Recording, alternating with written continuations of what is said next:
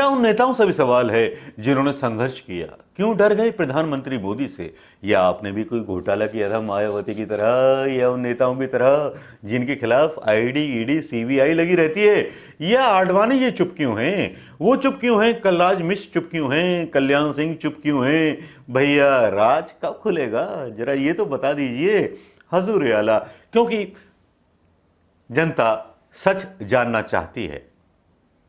Mic पकड़ के चलने वाले प्रधानमंत्री मोदी जी लाल कृष्ण आडवाणी का वो उद्घाटन करेंगे, लेकिन राम मंदिर का आंदोलन छेड़ने वाले लाल कृष्ण आडवाणी को एक बाथरूम में बंद करके रख दिया जाता है।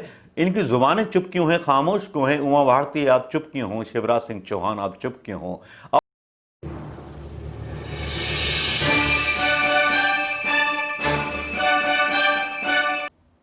मेरा उन नेताओं से भी सवाल है जिन्होंने संघर्ष किया। क्यों डर गए प्रधानमंत्री मोदी से? या आपने भी कोई घोटाला किया था मायावती की तरह, या उन नेताओं की तरह जिनके खिलाफ आईडी ईडी सीबीआई लगी रहती है? या आडवाणी ये चुप क्यों हैं? वो चुप क्यों हैं? कलराज मिश्र चुप क्यों हैं? कल्याण सिंह चुप क्यों हैं? भैया राज कब खुलेगा, जरा ये तो बता दीजिए हजूर आला, क्योंकि जनता सच जानना चाहती है। माइक पकड़ के चलने वाले प्रधानमंत्री मोदी जी लाल कृष्ण आडवाणी का वो उद्घाटन करेंगे, लेकिन राम मंदिर का आंदोलन छेड़ने वाले लाल कृष्ण आडवाणी को एक बाथरूम में बंद करके रख दिया जाता है।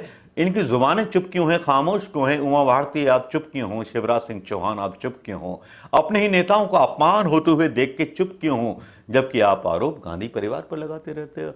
अरे ऐसा ना होगा तो वैसा ना होगा, ऐसा कहने वाले लोग आप होते कौन हो?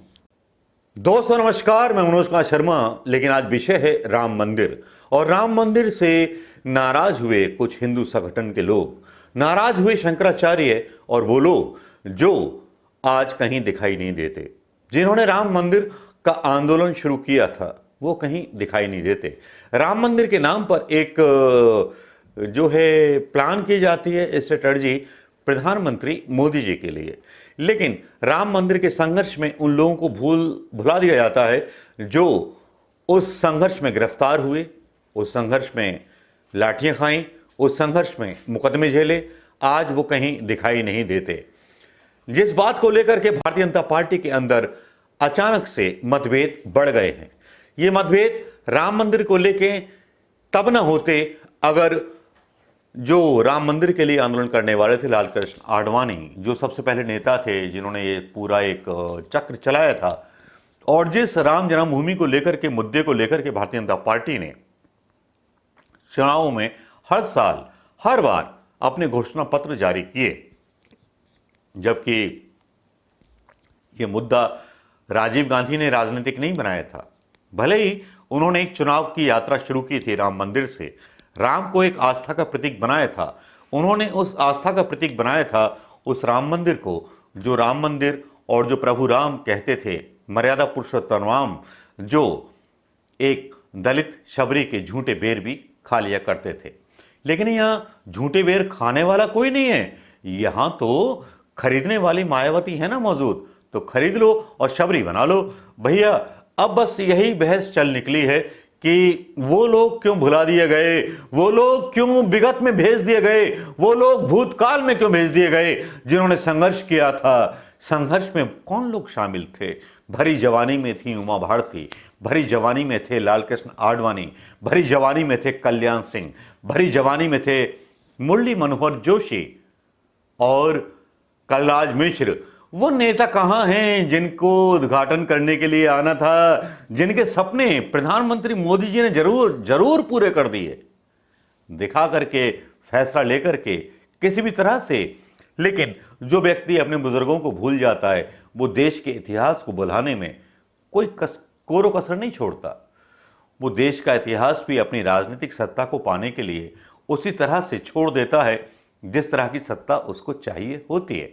वो अपने बुजुर्गों को भूल जाता है, अपने उन नेताओं को भूल जाता है जिन्होंने वो आंदोलन खड़ा किया हो, वो उन कार्ड सेवकों को भूल जाता है जिन्होंने अपनी कुर्बानियां दी हों। वो केवल सत्ता के मद में ये दिखाना चाहता है कि मैं राजा हूं, मैं राजा था, मैं राजा रहूंगा, मैं भगवान से ही बड़ा राजा हूं। हालांकि भारतीय जनता पार्टी के कई लोग और कई नेता बोल चुके हैं प्रधानमंत्री मोदी को कि भगवान हैं, भगवान श्री राम की पहले ही बेइज्जती कर चुके हैं।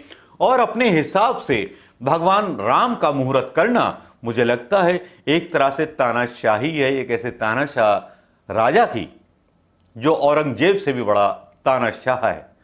खैर, औरंगजेब से बड़ा तानाशाह नहीं कह सकता, क्योंकि औरंगजेब तो चटाइयां बुनता था। ये तो और बड़े तानाशाह निकल गए, जिन्होंने अपने उन बुजुर्गों को भुला दिया जिन्होंने राम मंदिर के आंदोलन को खड़ा किया था। उसमें किसी का भी नाम नहीं है, केवल 200 लोग आएंगे।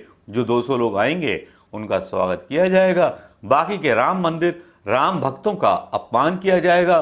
तो भैया यही है हिंदुत्व प्रधानमंत्री मोदी जी का, तो इसका स्वागत कीजिए। भक्तों, पता नहीं कौन कौन से भक्त गालियां देते रहते हैं, उन भक्तों को मेरा चैलेंज है कि आज इस बात पर जरूर जवाब दे दीजिएगा कि राम मंदिर पर क्यों भूल गए आडवाणी को प्रधानमंत्री मोदी, या पीएम मोदी क्यों भूल गए कलराज मिश्र को, क्यों भूल गए कल्याण सिंह को, क्यों भूल गए उमा भारती को, जिन्होंने नारा दिया था एक धक्का और दो, बाबरी मस्जिद तोड़ दो।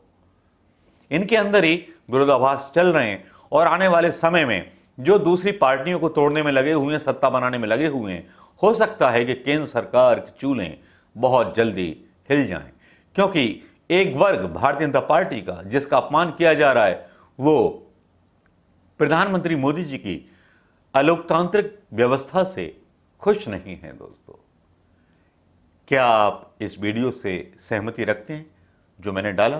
क्या आप भी इस तरह से सोचते हैं जो मैंने सोचा? मुझे तो ऐसा लगता है ऐसा ही होगा। जो सच्चा हिंदुस्तानी और हिंदुत्व होगा, जो राम के उदार हृदय को प्रणाम करता होगा, जो शबरी के बेरों को प्रणाम करता होगा, जो शबरी के झूठे बेरों को प्रणाम करता होगा, भगवान राम के उस चरित्र का पालन करता होगा जिसमें भगवान राम सबको बराबर के मौके देते थे, धर्मनिरपेक्षता का सिद्धांत देते थे, जिस राम के दोहे मुसलमान शायरों ने गाए, जिस राम और गंगा के सपने औरंगजेब के सेनापति ने गाए। लेकिन यहाँ ऐसा नहीं हो रहा।